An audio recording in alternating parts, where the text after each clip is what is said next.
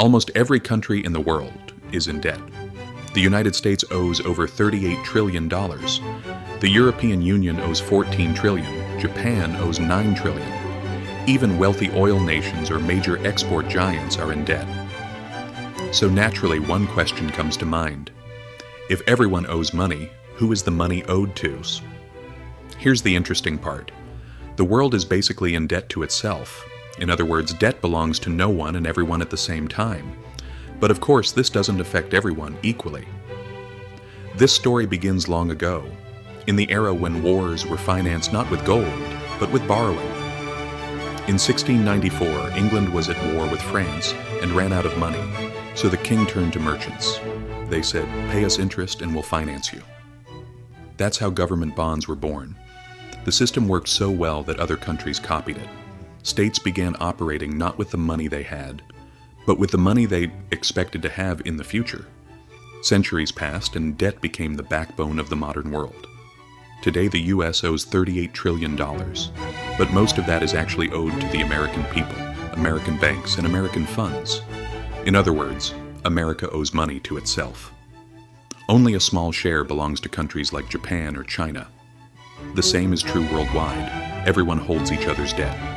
Japan lends to the US lends to Europe lends to developing countries. And those countries invest their reserves back into the major economies. In short, the global financial system works like a huge network of promises. Behind the scenes are massive investment funds, central banks, and hedge funds managing trillions of dollars. If they trust a country, its economy stands strong. If they don't, money escapes and crises erupt. So while citizens choose their governments, markets often play a big role in determining a country's economic fate.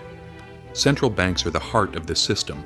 When a government issues bonds, the central bank buys those bonds and creates new money. Every dollar or euro in circulation is essentially a record of debt. There is no such thing as debt-free money. This entire system depends on one thing: trust. As long as everyone believes these debts will be paid, the cycle keeps turning, and governments don't issue these debts to actually pay them off. They issue them to constantly renew them. Instead of repaying, they take on new debt to cover the old. Debt isn't meant to end, it's meant to keep rotating. And there's logic behind this. These debts are considered the safest investments in the world. Banks, funds, pension systems, they all rely on government debt.